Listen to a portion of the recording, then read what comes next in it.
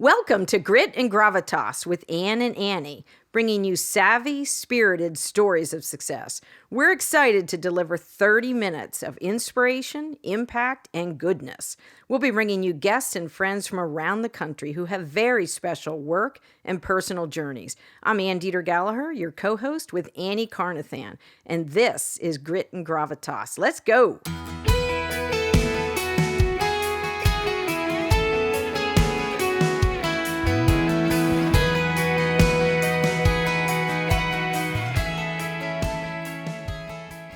Annie Carnathan, welcome to all of our viewers, listeners, tribe. Anyone on, yes, our tribe. I like that, our tribe. So this is a special recording. We just had our 50th episode last week. We are in March when we're recording. But of special importance today, this is Women's History Month. So two big things in March for women. Okay. Women's History Month, and Wednesday, March 8th is International Women's Day. So we're going to shout out, we have yet to have a male guest on Grit and Gravitas. That's a fact. And we just have a long list of powerful, high gear women, and we're marking them off. But we have had a couple of requests out for the men. So not to leave, we do love the men in our lives. We sure do. Not to leave the men We're out. all for the men in our lives. And the men we work with, the CEOs. And the men promoting women. Yes. And the men behind the camera. Colin, that's a shout out to you. That's a shout out. He doesn't get viewer time. So we do need to thank. And Ben for our theme song. Yes. We need inimitable Ben Gallaher. All the technical men behind the scenes. Because we don't have any women tech people behind the scenes. They're all men. Well, our producers and our schedulers are. Right. You're right. Yeah. You're right. So takes a village. Okay, I've got a lot of ideas in my head for this particular episode, but we're going to, I was on the phone earlier with Marissa Corser, who works for me and has for a long time. Love, love, love. And I said, give me some topics that interest you. What would you want to know? What are you interested? And the first thing out of her, off the top of her head, how do you recharge? I said, oof. That's insinuating we do recharge. Oof, right? But, you know, life gets fast and gets a little crazy for us. If you own a business, if you're running a business, if you're in top level management, you know, we've had the episode about what happens when your boss sends you that email, you know, and asks you to deal with an issue on the weekend. But let's kick this off. Give me, like, off the top of your head, what is one thing you do to recharge? And I'm sure all of these things will be business vitamins to our listeners. So, and it's not even close. I walk. Awesome. I walk and I walk and I walk the sun up. I walk the sun down. I tuck it in bed for the night.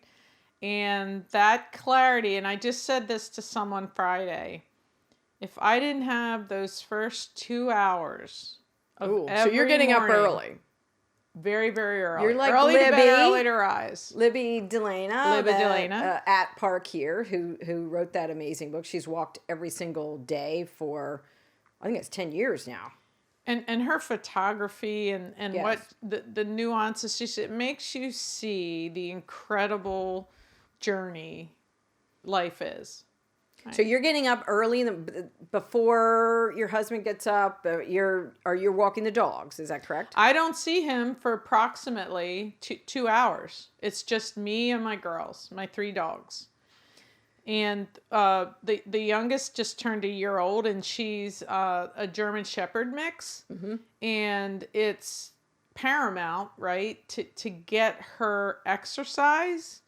But having said that, it's been phenomenal for the 4 of us. Good. From the bonding, from literally we walk the sun up. And That's awesome. There's something so extraordinary about both the quiet podcasts I'm listening to. It gives me the most amount of faith I have in the day. Because when the day starts, especially recently, it's extraordinarily heavy and relentless. And I'm finding it more and more difficult to manage. Well, I think starting your day off like that, so you're getting right outside. That brings its own, I feel like, healing influence when you're outside in nature, and so whatever temperature it is, you're out there walking. You can see the sunrise, and for me, that's always just a wonderful reminder. Like, today's a new day. This is whatever happened yesterday, whatever happened in the last week. Today is a new day. Start over, fix what we can, and not stay too deep in the past. And we talked about this before, be where your feet are. So when you're walking and you're in your neighborhood, or you're out, on your own property. So does nature have a positive impact on you? Extraordinarily, because look, I don't get into the nuances of the weather, but couldn't we make the analogy for warmth versus cold, light versus dark? Warm or just it's so much what we're doing to embrace it. But yeah. I start every day with a grateful heart. And I thank my Lord for what I say. I walk in to get my coffee. Hey, everybody, you got another crack at it. Do you take your coffee on your walk? No. You don't? No. Do you drink coffee before you walk? No. So my two besties who live in my neighborhood, and we travel together, three of us and stuff. And they're both huge walkers, but it's almost comical to them because so if we're walking on the weekend, and we're going to meet at 7 a.m. And I always have my coffee beforehand. I've got to have a couple of sips of coffee before I walk. Like, I can go without makeup. I can go, well, they might disagree with that. I might have gloss on. I might have lip gloss. But I never walk. Even when I used to work out really early in the morning, I would wake up earlier and have a cup of coffee. Like, that is my physical start. I'm trying to get my 3 fur girls out the door because they are dancing around like it's Christmas. So they know what's coming when Oh my. And the connection to that, and how much it does bring it back to the fundamental things of animals and life and just It is on our own property, and I lose myself in it. So now when my Apple Watch just does things that I can feel based on what it's doing, I know where I am, I know the time, I know what mile, I know exercise ring closed, which is about halfway through, the walk. There's a re-energized simplicity to that. Nice. Where everything else, especially lately, is really complex. Yeah. And I have a way of feeling like I wear the same people out in terms of, this is a really heavy lift for me. When do I see it ease, right? Like a pendulum, and start to go the other way. And I don't see that. But I see that hope first thing in the morning when I think, this is a day the Lord has made. Let us rejoice and be glad in it. And I am glad in it, right? Because without it, there's not really anything to resolve a challenge, to say, what, Lord, do you want from me today? Right. And prioritize. Like, I think a lot about the day, just the day I'm in. Now, do you start the night before thinking about, like, in your mind, are you waking up? So part of recharging is knowing what's expected of you, a time to get quiet, in the evening before you start your day the next morning. I stopped doing that because it got me too charged up to try to go to sleep. So you're not opening your calendar, your iPhone, the night before. I used to do that. And I just, there has to be boundaries.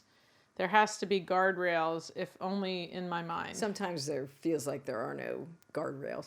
But 100% now. Right? Maybe part of recharging is, I haven't mastered this, but is not opening the phone. That's part of recharge. If I open the iPhone the minute I wake up, then I end up fulfilling everybody else's bucket list and not my own. Like I'm answering to everybody, but I haven't started my day and really done what I needed to do in that short window. So recharging for me is being more intentional about not, opening the iPhone. I think about that, and there was a Friday night not too long ago. I had been out all week. It was a really grueling week of travel. They all are. I like it less and less, and get home from dinner. So Rob and I are just, we've maybe been home like 10 minutes from Friday night, and I just glance at something and I see a name and I'm thinking, oh, that's really strange, right? And I look and it's a partner that's having a major issue that needs addressed immediately. And I'm thinking, oof, if it got from the CMO to me and there's all these layers of the team that aren't resolving it, what do I do? And I'm talking about like a conundrum. Yeah. For a leader, it's almost Solomon. Yeah. Right? It's almost no. That's heavy. Right? Is it because I'm out of energy. It was a rough week. But you're still traveling. You're still out of office. No, I'm you're back. home. I was Okay. probably back that day, but here it is. And Rob will say, "Can anyone else do that?" If it got to me on a Friday night, right? No one else is. So I start to I say, first, I got this, right? I'm working on it. And then I start to reach out to who I know, can resolve it. It's an hour and a half later, and now it's 11:30 on a Friday night. So that's not martyrdom, right? Right. That's sort of, what is that balance, right? Of, well, sometimes no one else, to answer Rob's question, your husband, sometimes no one else can take it. Sometimes it is only the CEO or the owner that has to answer those. I don't know. And I'm happy I did, and I'm happy I could. Right. But that creates a separate set of issues, if you will, because that's not ultimately going to help me. Right. And what is that jump off? What is that drop off? What is it whereby someone else, right, has to share in that and that siren call, really? That might be part of our intentional leadership, is to make sure the team below you is built up enough that we can recharge. If we can't ever get out of office to recharge, that means we haven't prepared those, in the next layer down to be able to make decisions or to lead, as capable. It doesn't mean they're ready to take over the C-suite, but, I didn't think of it that way. The part of recharging is making sure we're investing in those below us, not below, but, those in different roles that might not be executives, to be certainly ready along to the chain of assume command. that. Yeah.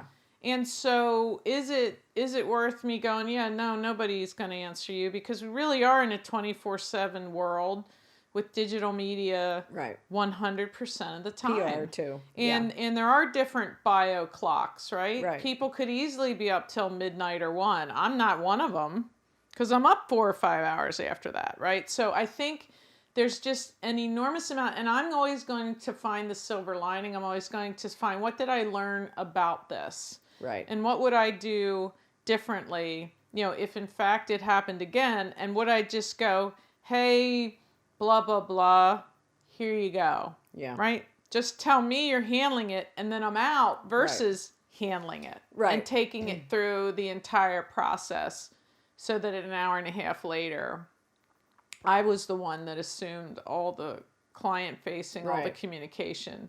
Right. It's sort of, what did I learn? And how do I now apply that the next time without like being woe is me, right? Because I didn't want to do it either. But, right, it was sort of the last, and I'm happy to have that top-to-top relationship. Right. I'm happy they felt like they could reach out to me at that point, right? Because they need answers for their CEO. Yeah. Yeah. They're not any happier about it than I am, right? But it's a question of that sequence. But here's what I'll pivot a second, because when you're with your grandkids, even when you're just talking about it, when you talk about your family, whether it's Corey, your sons, your daughters-in-law, but your grandkids are a whole other level.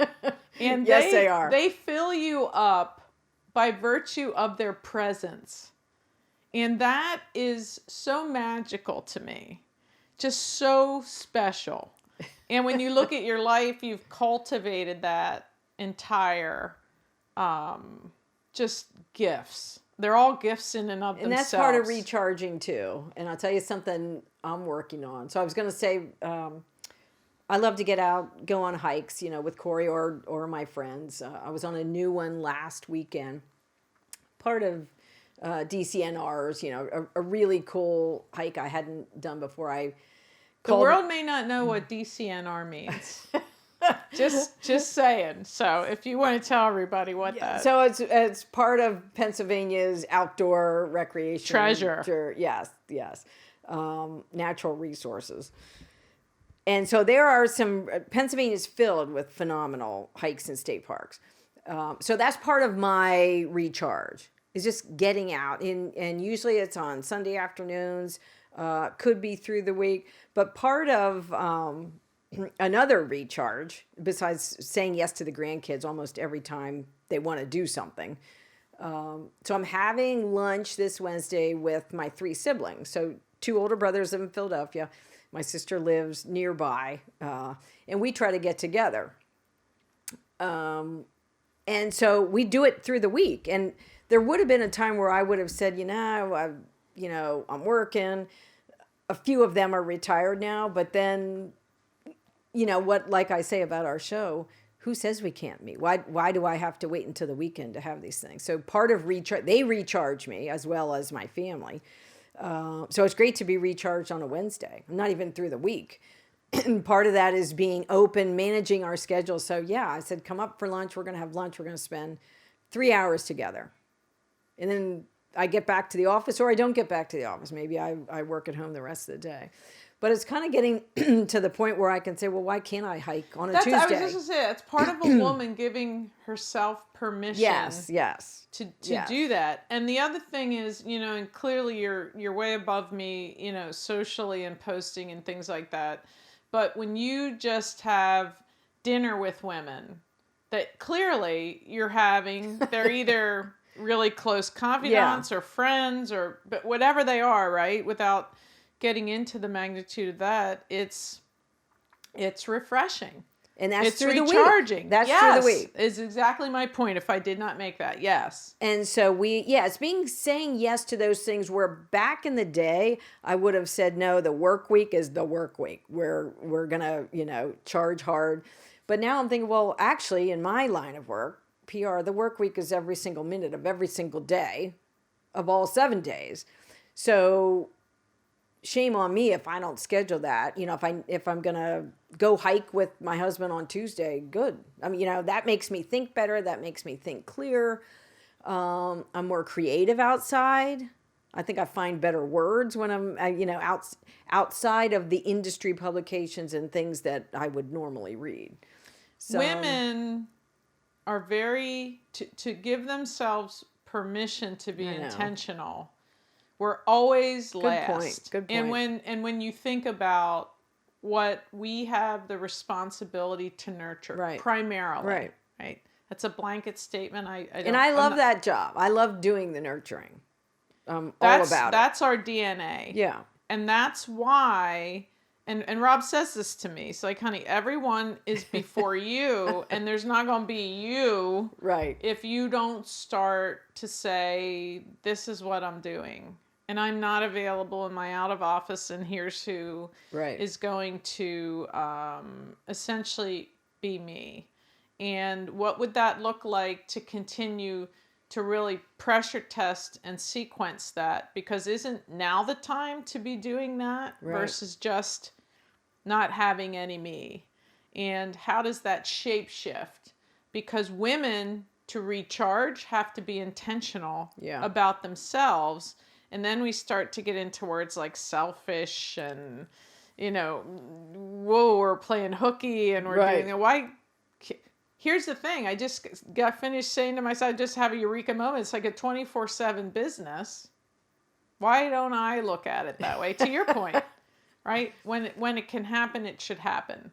And so I need to be able to do that more, that shape shifts, right? Yeah, So right. when I have breakfast with my dad, I don't Yeah. have to be in Columbia at 7 a.m., right? I can maybe meet him at 8 or 8:30. Well, that's a good point too for those of us who have aging parents.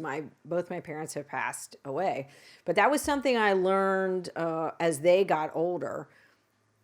I highly prioritized my children and my parents. That, unless it was a PR crisis, that if they needed me at 11 in the morning, I was going to be there. And that frankly is one of the huge benefits of owning your own company. Like, who am I answering to? I'm in charge of that. So, and I sit here and I think no matter what I've done to build, to contribute to building this business, I didn't ever miss a meaningful thing for my son. Yeah, amen. And when you weigh, right, now I need to feel a little bit more that way about me. And clearly you pulled those intentions through and were true to yourself, because it was your sons, your parents that didn't have you starting your business Right. until you were. Right. So clearly Right. they were the priority, right? And they remained so. And really Walker did for me as well. And I look at him now and I don't feel like I sacrificed him. Right. And still did. Good. Sort of most of the time I pinch myself and say, we really do that, right? And I ask myself why I don't go back more to that. Right. Like, you don't want to miss things about yourself either that are enjoyable about this success. But it seems like you rush on, it gets heavier and heavier, and you're not stopping to really say, right? Maybe I'll just go 2 hours and just sort of just have at it. I know. Take your father to lunch or do your, Not all who wander are lost. Yeah. Yes, exactly. So I love the sun. I know you do too. That recharges me. Anytime, if there's sand and sun, that recharges me. It could be a hike in sun. It could be, a mountaintop. Bring on the vitamin D, girl. Yeah, amen. Bring it on. Sometimes recharging is doing something very much out of your box. Give you an example of that. On one of our trips with my two neighbor friends, we did Napa Valley, and it was a huge bucket list. And one of our friends is a retired school teacher. She was still teaching at the time, I believe. And she is a master planner. So we had everything. I felt like we were on a big girls field trip because, we did everything. But I told you, they love to walk. They're serious. They do half marathons. They run and they walk. But both of them, high on their bucket list was to walk across and back the Golden Gate Bridge. So I'm like, okay. As I look back, recharging, spending that time with them and just having great fun. And then telling Corey I was going to walk the Golden Gate, which is fairly high if you're not aware. I couldn't do it. I would and it's fairly windy up there. Yes, no, don't sign me up for that. So you get like a little, there's a postcard when you come. So it's over and back. I don't know what it was. Maybe 1.5 miles. Total. Or one way. A mile No, and a half. total. Oh. But there's a lot of people, some people ride their bikes or whatever. This was not my bucket list. So it wasn't on my recharge list. It wasn't to make me feel better. You're giving me agita just thinking about it. I just really don't like that. And I don't love heights. Right. Right there with you. So I did feel peer pressure. And I I said, okay, I'm going to do this. So about, we weren't far in starting. And, there's people full time on the Golden Gate Bridge to make sure nobody jumps. Well, that's not reassuring.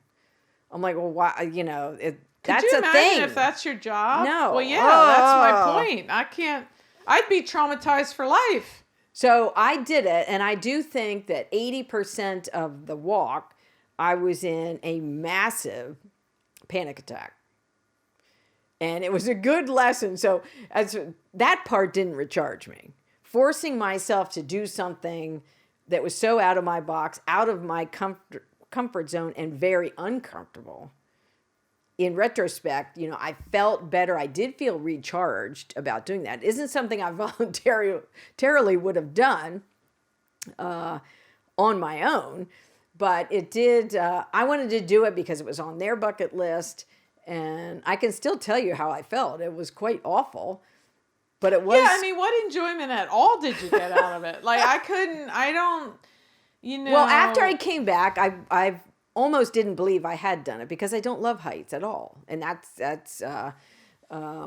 we did it again then in Charleston, the Arthur Ravenel, I think that's the name of the bridge. It's another suspension bridge. It's like the second highest.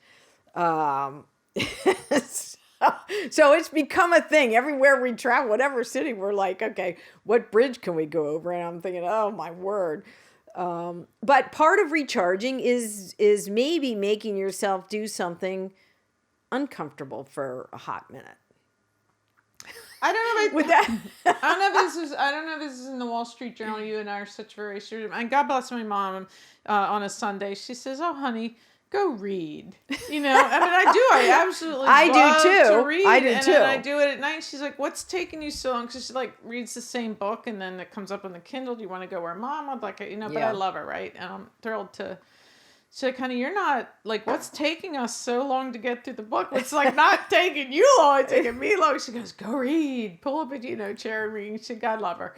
I do really enjoy that, but I think too that again it all comes back to that intentional part of just anything other than being a slave to work and the relentlessness of giving it whatever it will consume whatever you give it. And I have gotten a tad better with no matter what I do tonight, everything is still going to be there tomorrow. Nothing I do to answer someone to do it is going to change this for tomorrow morning. We have to be our own gatekeepers. We do, and it's difficult for us to put us first. And so it's just a quasi-different, again, shape shift to us saying, I have to come first. And okay, I'm going to meet the landscaper at 8:30 and not leave for work at 7:30, right? I'm going to hang out and wait. So I think that's what I do think the flexibility of work from home, even though I don't want to ever for any reason, I do think there's more flexibility to that. So in that regard, I like it. But I do think women, again, have to choose themselves first, which we're generally nurturers and selfless. And we have to give ourselves permission to say, I'm not doing anymore today, tonight. So I think getting outside, go on that hike, spend time with your friends, spend time with your spouse, going out to dinner.